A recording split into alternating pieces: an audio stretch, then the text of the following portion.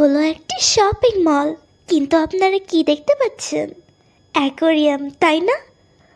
Hello hello hello, আমি চীন থেকে বলছি। আপনাদের সামনে রয়েছে অ্যাকোয়ারিয়াম। এটি হলো কিউট শার্ক। আশেপাশে আরও শার্ক রয়েছে। আপনাদের কি মনে হয় বাংলাদেশে এরকম কোনো শার্ক রয়েছে?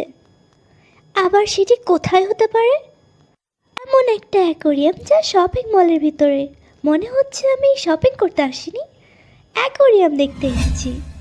মিস্টার হোয়াইট ফিশ, তুমি কেন নড়াচড়া করো না? তোমার কি নিঃশ্বাস নিতে খারাপ মনে হচ্ছে?